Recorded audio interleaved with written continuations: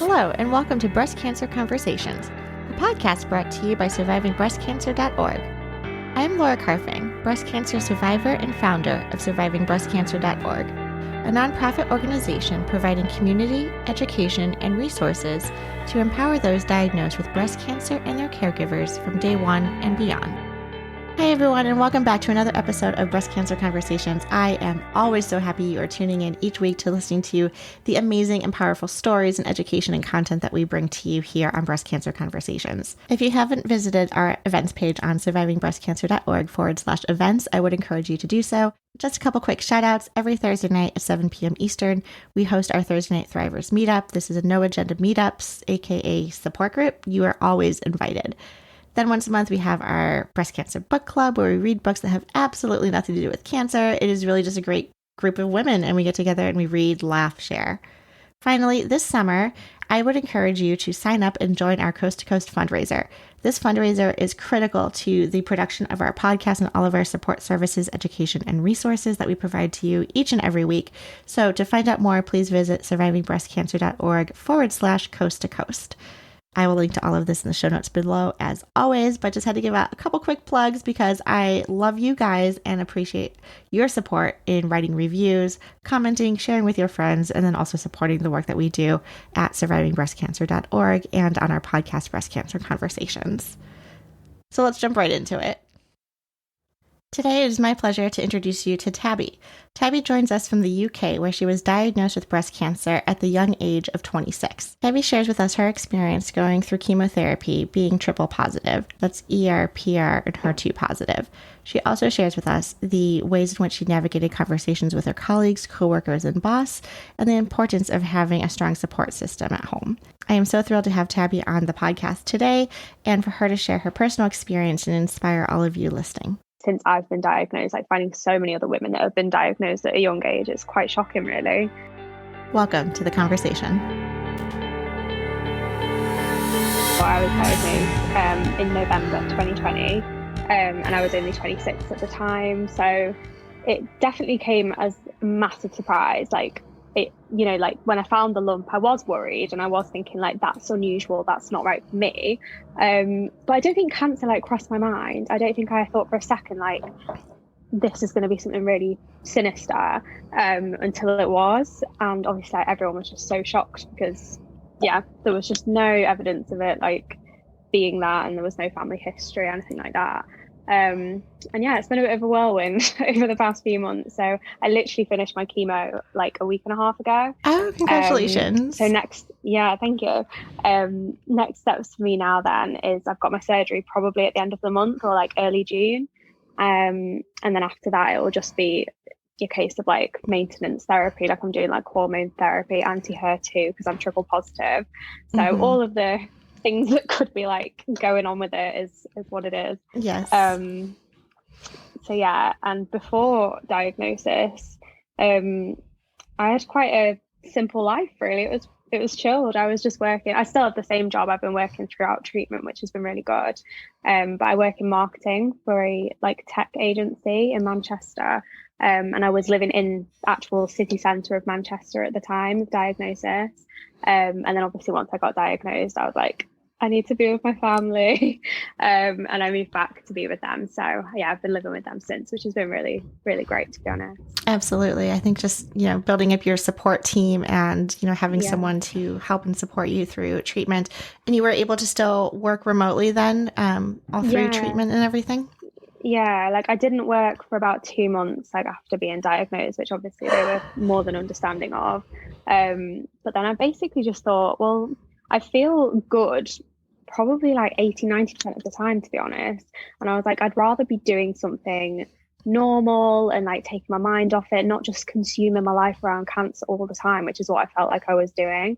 They've been really understanding and flexible with it. They've said, just work when you feel like you can.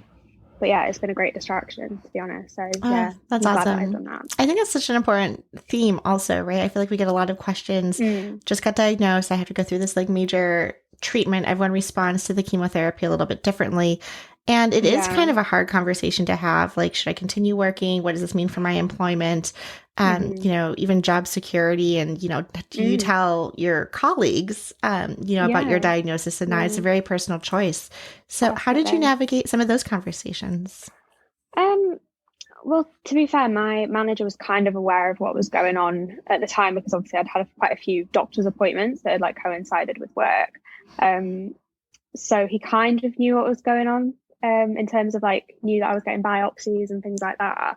But again, he probably didn't think it was going to be anything either. He probably just thought it was, you know, just getting checked. So I think when we actually had that conversation, he was obviously like completely shocked and taken aback by it because it's unusual for them. Like everyone in the agency is quite young, so I think they didn't really know sort of how to deal with it as well. Like it's just such an unusual, almost still quite taboo conversation. I think people just immediately think like cancer, like, oh, that means like really, really bad. And I think yeah, I don't know, it was weird and it was uncomfortable, but I think once it was sort of out there, I felt good. And like now I'm just like, I'm so open about it. So if any of like my colleagues have like asked questions, like I'm more than happy to talk about it. So yeah.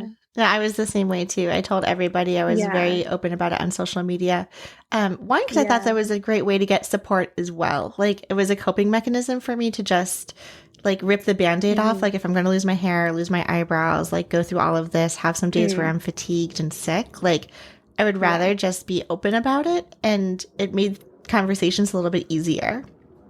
Yeah, exactly. It's the same for me. Definitely. So I would love to know, what type of chemotherapy were you on? Do you remember the names of the drugs? Yes. I did 3 lots of EC, which I think is the one that they call the Red Devil. And I was like, great, that's a really, really positive name. So I'm looking forward to that.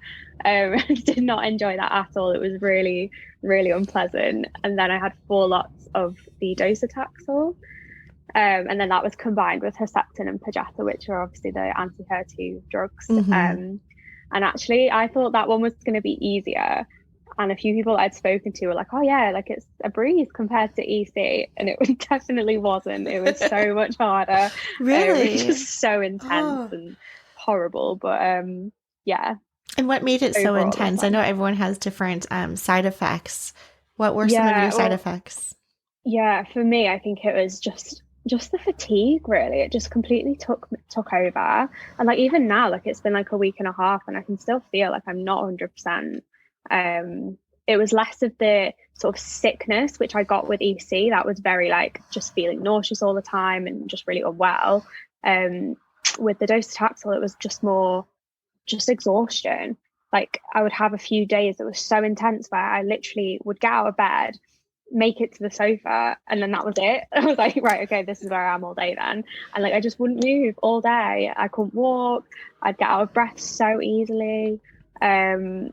It was just horrible. Like just being tired all the time. And also I think the docetaxel is when I started to really look unwell.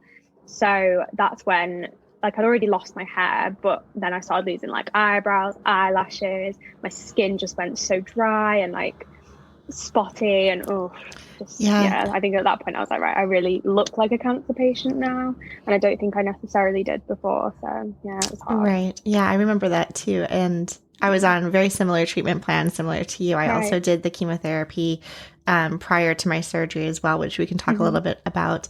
But I remember, and I'm not sure if this was the same for you, so I very similarly also went through treatment during the winter months. So I was a little grateful to always be able to like wear a hat and cover up and all of that. And I remember the fatigue, just trying to get dressed to take a walk outside. It was like putting on the layers, zipping up this heavy coat, the scarf, the hat, and I literally would make it to the end of the block. And I'm like, I'm good. Let's turn around. Like literally like 2 minutes later. And I'm like, God, that was a lot. That was a lot right there. Yeah, literally. I'm the same. Like even walking up the stairs, like go in the shower, I was like, I'm exhausted. Didn't lie down. Yes. And actually it's so funny. I wear my like Garmin watch and stuff to kind of like track heart rate and steps and trying to just set all of these goals. And I remember like I used to be in shape and now I'm like, why am I huffing and puffing doing like minimal, like, you know, lifting the coffee pot for the morning coffee or something was like, God, that was a workout for the like biceps. So I It's hear you. crazy. So crazy. Yeah. So, and I think also you bring up a really great point too. Even though you finished your last chemotherapy, I Mm. think it's really important to remind ourselves that our body just went through months of treatment and you're still going through, that week, 2 weeks, 3 weeks after your last treatment and Mm. still feeling everything going through your body. And that it doesn't just like, okay, last treatment, I feel better and everything just pops back to normal.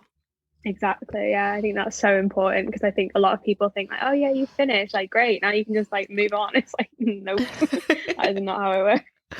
Yeah, I remember going on like a really big like smoothie kick and juicing. I was like, okay, we put all these like Mm. toxins in my body to kill the cancer, and then I just wanted to like flush everything out, like the celeries and the Yeah. grapefruits and the pineapple and all the great citrus fruits. So, yeah. Well, So that's better than I'm doing. I've not been healthy at all. I'm still very much in the like, I'll just eat pasta and bread for like every meal. yeah, oh no, I definitely had that too. Don't get me wrong. I still do, and it's been years. So Yeah. I think it's also like a blessing in disguise, also being able to go through the chemotherapy first before surgery, Mm. because that really allows us a lot of time to, one, come to terms with our diagnosis, but Mm. also research and have conversations about the type of surgery we are able to have. Sometimes we have a Yeah. choice, sometimes we don't have a choice. Can you tell us a Yeah. little bit about these next steps coming up for you? Yeah, so I didn't get a choice with my surgery. We thought we would initially because when we first found my tumor, it was, I think they said it was around it's 2.1 centimeters, I think. So it's not massive. Um, so I think originally it was like the potential was there to have a lumpectomy. But after more tests, we found out that I've got DCIS. Mm, So I've got other sort of microcalcifications that are like pre-cancerous cells, and there's about 7 centimeters of that. So it's essentially like my whole breast. So yeah, a mastectomy was like, that has to be what it is. Which to be fair, I think I'm quite comfortable with that. I think that's probably what I'd prefer to have anyway. I'm just getting the one for now. But there is the potential to go and do both in future. And I'm getting a reconstruction as well. when they diagnosed you, I know you talked a little bit about the biopsies. Do they also do Yeah. like full body scans or any other types of like MRIs? Yeah, I had an MRI, I think about a week after I was diagnosed, or maybe even less than that. It might have literally been days later. And then I had a CT as well. Okay. And I think that was it. I don't think I had more like ultrasounds and mammograms and that kind of thing. But I Yeah, think the CT was sort of the main one to just check that it hadn't spread anywhere else, basically. exactly. I know. I remember going Mm. through all of those tests and scans as well. And I was so naive. I didn't really know Mm. what, I mean, obviously we didn't go through this Yeah. before, right? Like we didn't know what Yeah. the protocols were. I'm like, Yeah, okay, exactly like you right. get your Yeah. mammogram and you just go on and do all these other tests. Like it's a thing. Yeah, I Um, know. I had no idea. And then it's like those first few weeks of like being diagnosed are just so hectic, isn't it? Like you've got appointment after appointment after appointment. And it's just like, oh my God. I I know. don't know how I got through it. Looking back now, I'm like, oh God, it was mental. Yeah. And you were saying too, like you had to do a lot of the appointments by yourself because of COVID. Yeah, pretty much all of them. I think my mum was allowed to come with me to sort of my first meeting with my surgeon. So that was probably a couple of weeks after being diagnosed, but everything else, even being diagnosed, I was told by myself. So yeah, Gosh, that that's so wasn't hard. easy. I know. I feel like now I'm constantly like on FaceTime or trying to do like WhatsApp or chatting with people who are like sitting in the infusion chair. Or talk Yeah. to a lot of people too. If you have the option to, either record your meetings or have someone on speaker to Mm. at least listen into some of the conversations because it can be so overwhelming. Yeah, definitely. And to be fair, that's been quite a positive of it. A lot of my appointments have also just been over the phone. And I think that's been quite useful, like in the beginning, because my parents could be in the room with me and we just have it Yeah. on speakerphone. Oh, that's So great. yeah, that was good. Yeah. So Because the obviously a lot of it doesn't go in, does it? Like when you're sort of in shock, you're like, oh my God, I don't even remember what like they've said, or like, yeah, yeah, it's a lot to take like in. I lost you after the word cancer. Like, Yeah, so. exactly. Like my brain's just whoop. Yeah. And so, how did you decide then you are opting for reconstruction on that one side to start? Yeah. What type of reconstruction are you getting? Implant. Okay. Yeah. Yeah. That was kind of, I don't really know how I came to that decision. I didn't really have that many choices. I wasn't allowed to do the I can't remember the names of them now, but there's the one where they take fat from your back, is it? She said she wouldn't do that. But there was the option to do the other one. But I think I just thought in the end, I didn't want as much scarring. And even though an implant's going to probably be quite annoying because there's a lot of maintenance, isn't there? Like I'm going to have more surgeries in future. It's not like it's just the one and then that's it. But I think overall, when I sort of weighed up the pros and cons, I thought that's probably my best option. Mm-hmm. Yeah, for me, same. It was Did like you do the same? one day it was, I'm going flat. I don't want any more surgeries. Then the next day, like, well, should I consider implants and all of this? I ended up being fortunate enough to opt for a lumpectomy. So that was something that I was able to do. And then because of that, I got radiation as well. Right. But, you know, it's such a personal choice for some. And then to decide how much surgery you want. And I think you're really smart to be cognizant that it's more than one surgery. I think that's something that we don't always tell people, or that they don't know, or again, because it's so overwhelming when you're talking to the surgeon, you might not hear that it's multiple surgeries.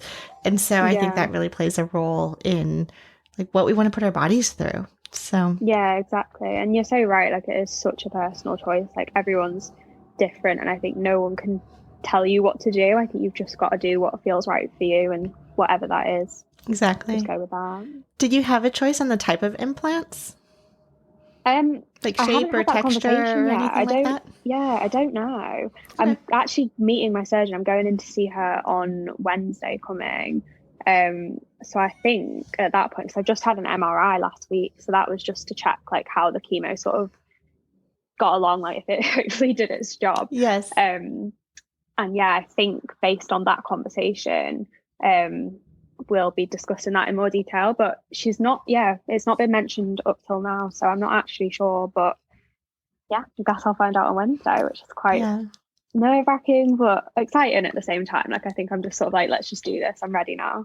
I know. That's awesome. You'll have to let us know how that conversation goes and what you decide, because you know, because I didn't have implants, I don't know how those conversations go, but I remember being at conferences and you have like these exhibit booths and people are like, they literally have these like silicone like implants there for you to touch and feel. And, you know, do you want the teardrop version or do you want this version? And I'm like, I don't even know how you would make those decisions. So it's crazy. I'm always curious to see how people navigate and make these choices for themselves. So yeah. Now looking forward to it. Yeah. Maybe a bit of a stretch, but yeah, we'll see. I always frame the surgery as a date too. Like to me, it was like a exciting moment because it was the day they were literally going in to remove the cancer. It's like to remove the tumor. And I just remember like waking up from the surgery. One, I was happy that I woke up because I was a little nervous being under all that anesthesia. And I'm sure I was on a lot of like morphine and pain meds, but I woke up, I was happy. I was like, you know, the best mood ever. Exactly. I was like, I did it. Like they got it out. At least I hope. And like, you know, all that good stuff. Because there is that chance too, like, you know, they have to make sure that they have the clear margins and that they don't have to go in. So, but I think for like the initial piece, I was like, okay, I'm good. I remember like trying to move my arm because you read some of these scary stories too of like after surgery, the limitations of not necessarily being able to raise your hand above your head or how sore you might be with all of the compression garments and everything. But, you know, I think for me at least, and it sounds like you're the same when you're like just kind of Googling everything, trying to find out as much as you can. Reading all of the horror stories actually made me realize like how great shape I was in when I woke up. I was like, this isn't so bad. Like, I think I scared myself so much that the alternative was like, oh, okay, I got this. I can handle this.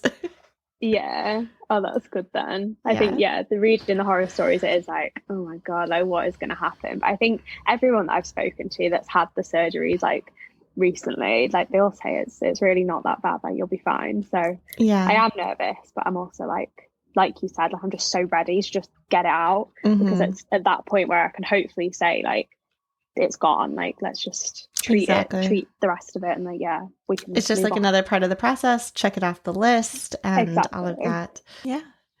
And so how was the conversations then? Again, you mentioned there was no family history. You're 26. How did you have these conversations with your parents? How are they managing seeing their daughter go through all of this?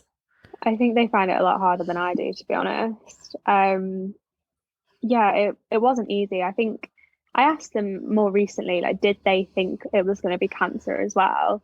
And they were both just like, no, like not at all. Because basically what happened was the day before I got diagnosed, I actually called up the doctors and was like, look, can you just tell me the results over the phone? Like, I'm so anxious. I just want to know. And obviously in my head at that point, I was like, it's obviously nothing bad. Like, just tell me now and then I can get on with my life. And the lady was like, no, he wants you to come in and get your results. And I think at that point I was like, okay, that's not good. So obviously I called my parents then and said, like, they want me to go in tomorrow. And even then, like, my mum and dad both said, like, no, they didn't think it was going to be, they just thought, oh, maybe he just didn't have the results on him at that time. Like, he wants you to go in for whatever reason. Yeah. So they really, I don't think were expecting it at all. And they've definitely, I mean, my dad's really chilled out anyway. So I think he deals with it very practically. And it's just kind of like, right, okay, like, this is what's happening. Let's just, you know, get through it. Whilst my mum's definitely more emotional about it. And I mean, they're dealing with it really well. And I think because they've seen me dealing with it quite well, I think that's helped them. But yeah, in the beginning, it wasn't easy at all. It was really, really horrible, really tough. I think it's just because I think when you're not the one in that situation, you feel quite helpless, don't you? Exactly. Whilst I think for me, it was kind of like, well, I know I can get through it. I know I can do this. But for them, it was kind of like, what can we do to help? Nothing. Right. So, exactly. yeah, it's not easy. Yeah. Do you have any siblings? I do. Yeah, I've got a younger brother and a younger sister. So yeah, they've come to terms with it now as well. But again, like in the beginning, I think they were just completely shocked by it and just didn't really know how to deal with it. But I think they're managing pretty well. Which is good. Yeah, like since I've been diagnosed, like finding so many other women that have been diagnosed at a young age, it's quite shocking, really. And even my nurse, my breast nurse, I called her the other day and we were just having a general chat, and she said that quite recently, like in the past few weeks, they've seemed to have diagnosed quite a lot of women in their 20s in our hospital. And it's like, that's just insane. Yeah. And you just, I don't know about you, but I just didn't think it could happen until it did. Exactly. And now that I'm like in it, I'm like, wow, like it's really quite common. And it's scary. People need to be aware of their bodies and just, you know, get themselves checked if there is anything unusual, because you just never know. Like, hopefully it's nothing, but it might be. Exactly. And if it is, you want to catch it as soon as you can. So exactly. Which it sounds like exactly what you did. Like literally one day you woke up and you're like, this lump wasn't here, and now we need to figure out why it's here. Can you tell us a little bit about like that discovery? Yeah, it was really weird. Like, to be honest, I wasn't really checking myself that regularly. And I don't know if it was kind of like maybe subconsciously, because it was in October, so it was Breast Cancer Awareness Month. So I'd probably seen some stuff on like Instagram. So I don't know if maybe there was like something, subconsciously in my head being like, check yourself. But I just woke up one morning and I had this strange like pain in my boob, and like went to feel it and straight away felt the lump. It was quite prominent. And I just knew, I was like, it's not normal. I don't know how long it had been there, but I just knew it wasn't normally there. And yeah, for me, it was just an absolute no-brainer. I was like, I need to call the doctor straight away. Like, it was a Sunday, so I couldn't get hold of them. But the next day, I was straight away in there. Yeah. I just knew, like, this needs to be dealt with, like, immediately. And thank God I did, because, yeah, like, you just never know. Like, if I'd have left it, even, mine was a grade 3, so, you know, like, the fastest growing that it can be. And it's, like, triple positive is quite aggressive as well. So I think, you know, like, yeah, it's not even worth thinking about. It's scary, really. Yeah. But yeah, I think it's just so important for that message to be out there, because to be aware of your body, to you know, just do the self-breast exams. And you know, I was even talking to another woman also about, like, a lot of times we use those like loofahs in the shower to like wash, and sometimes it's just like, you know, just put soap on your hands and use your hands, because you'll really feel your body and know if something feels right or not right, and go from there. And just get used to like what your body feels like, and knowing just the ins and outs of it. I think I've never been so aware now of of my body, and I don't think I was that aware of it before, whilst now like anything that's like different or unusual, I'm like, oh my god, what is that? Yes. So yeah, I think I had like I think that's a good thing. I had like an ingrown hair not too long ago, and I was like, oh my god, Yeah. what is this? This is a lump. This is like a problem. You're like, no, it's just an ingrown hair. Like, it's fine. This is normal. This happens. Yeah, this is fine. But you get so hyper like sensitive over everything. So you're mentioning being triple positive and then potentially going also on some hormonal therapies. Has the conversation about fertility come up in any of your conversations with your doctors? Yeah, it was one of the first things that we spoke about, really. I think because obviously my age, it was something that they were really keen to like talk about straight away. But because obviously chemo was the first step, they didn't really want to delay that too much. So I think I spoke to someone on the phone, and then I actually went in for a fertility appointment. And obviously they discussed like IVF, not IVF, like freezing your eggs, basically. And in the end, I decided against it. I think, you know, it goes back to it just being such a personal choice, because I know there's lots of women that don't do that. But for me, I think based on the type of cancer that I had, I was worried about, and this is literally just like my own thoughts, there's no evidence that this would have happened, but I think I was just really concerned about the hormones of that making it worse, or like making it grow quicker. And I just thought, I don't want to delay my treatment. I don't want to make anything worse than it already is. So I think I just decided it's not for me. And I mean, you know, like there are options in the future if like that's something that I decide to do. So yeah, like it's such a hard decision, and it's not a decision I thought I would be making at 26 years old. But yeah, it was more, I think, the frustration that cancer could potentially take that away from me, like that choice. Yeah, but it's just another one of those things, isn't it, that people don't really think about, and then when cancer hits, it's just a part of it. You've got to have those conversations, and you've got to make those decisions quite quickly, really. I'm really lucky. I've got a really good support system around me. So obviously being at home, being with my family, like they've just been amazing. Like they've just looked after me, and they're still like doing everything for me. Like I feel like I'm in a hotel, and like I've gone back to like my teenage years or something. It's nice. It's crazy. And then I've got my boyfriend as well, and like really good friends who've just been so supportive. And obviously it's been hard not being able to really see anyone. But yeah, they're just always just there for me. And I think if I didn't have that support system in place, I'd really struggle. But on top of that, I'd say just trying to do like normal things, like as much as it's hard when we're still in lockdown in the UK, like we're starting to come out of it now, but we can't really go anywhere. So I think as much as like you can be normal, I think that's the best thing you can do. So obviously for me, like working, trying to do exercise when I can, which at the moment, not really ever, but like in the beginning, I was doing quite well. And yeah, just trying to not think about cancer too much. Like obviously it takes up so much of your time. It's like I say to people, it's like having a full-time job. It's like an extra job because you're just always doing things to do with it. But I think you've got to just not let it completely take over your life. Like it is a big part of my life, but it's only like, I like to say it's a chapter of my story, but it's not my whole story. And it's not I don't want to let it consume me. So I think, yeah, just, you know, like having those days where you research and you have like your moment to be upset about it. But I try just to not let myself think about it too much. If you're thinking about someone in your shoes, I'm putting you on the spot here. What are the resources that you think someone in like the 20s just diagnosed with breast cancer would need that maybe aren't necessarily there yet? That's a really good question. It's difficult because I think for me, I guess that there wasn't really anything. I think I found like obviously there were some charities in the UK that have some information on the website, have like leaflets and stuff, but in general it's breast cancer isn't really, that doesn't really make sense. I was gonna say breast cancer isn't really catered to young women. It's not catered. No, it's not. No, you're right though. Do you know what I mean? Yeah, do you know what I mean? Like, so for example here, you can get a voucher for the NHS for a wig. And when I was looking at all of these like wigs that you can get with your voucher, they're all for like old women. Like there was nothing that was like suitable for me at all, because like I'm normally blonde to about like mid sort of shoulder length hair.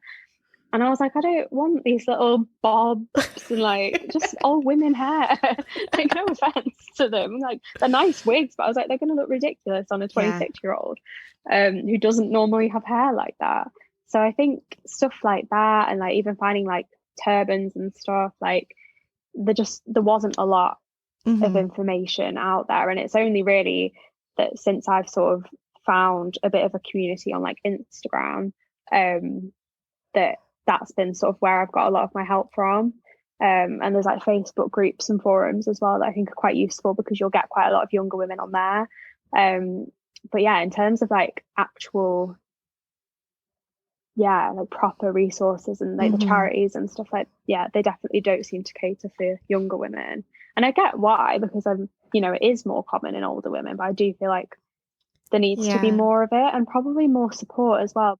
Yeah, I know. I feel like we're all like in this umbrella of breast cancer, and then, really trying to find and connect someone who is in that stage of life with you, right? Like just starting off a career, or someone who, has a young family and they're just starting off, right? And so, I think there's a lot to be said to find some like that match and that community of people who can really relate to what you're going through in that phase of life as well. I'm so glad we got to connect. If our listeners want to follow you on Instagram, how can they find you? It's just my name, so it's Tabby Duff, TABBYDUFF, and I'm on Instagram and TikTok. Awesome. Very nice. Well, be sure to check you out, and thank you so much for sharing your story. I've been smiling over here for the last half hour, so I hope our listeners are too. Good. Thank you for having me. It's been lovely to talk. Awesome. Thank you all for joining and tuning in each week to Breast Cancer Conversations. As a reminder, this content is not intended to be a substitute for professional medical advice, diagnosis, or treatment. Always ask the advice of your physician or other qualified health professionals with any questions you have regarding a medical condition. Be sure to check us out at survivingbreastcancer.org, where you can find out more about upcoming happenings and events and webinars, as well as follow us on social media. Instagram handle is survivingbreastcancer.org, all one word, and also on Twitter, which is SBC_ORG. Let's continue the conversation online. Keep on thriving, and we'll talk to you again next week.